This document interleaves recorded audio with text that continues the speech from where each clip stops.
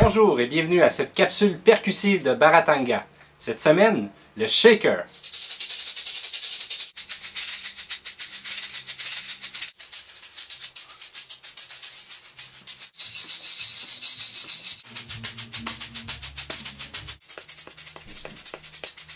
Un shaker ou un hochet comme on l'appelle en français, c'est essentiellement un contenant qui va être rempli de billes ou de granules et qui va être fermé aux deux extrémités. Lorsque l'on joue du shaker, il faut considérer trois axes de mouvement. Le premier axe, c'est de garder le shaker bien parallèle au sol pour garder les billes à l'intérieur du shaker au centre de l'instrument et éviter qu'elles se ramassent d'un côté ou de l'autre comme ceci. Le deuxième axe est également de nature horizontale, c'est le mouvement de va-et-vient du shaker.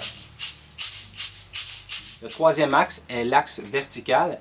Lorsque l'on joue le shaker doit rester au même niveau et ne pas monter de haut en bas.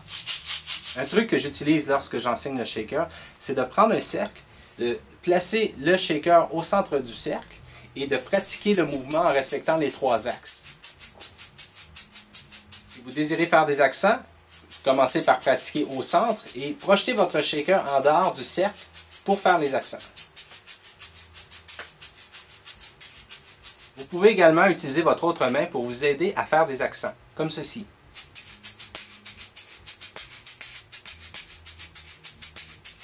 La clé du succès pour bien jouer du shaker, c'est de respecter les trois axes, d'avoir un mouvement constant et de garder l'essentiel des mouvements au niveau du coude et de l'avant-bras. C'est tout pour cette semaine, j'espère que vous avez apprécié cette capsule. Je vous invite à vous inscrire au canal LD Joly en cliquant sur l'onglet juste ici. Et n'oubliez pas, si vous avez des questions sur les instruments de percussion ou les techniques de jeu, tout simplement cliquez dans ma main, on va vous amener une fenêtre de commentaires et j'y répondrai la semaine prochaine. Si vous désirez revoir la capsule de la semaine dernière sur la technique du slap, je vous invite tout simplement à cliquer dans ma main et vous allez y aller directement. C'est tout pour cette semaine, je vous remercie beaucoup et je vous vois lundi prochain.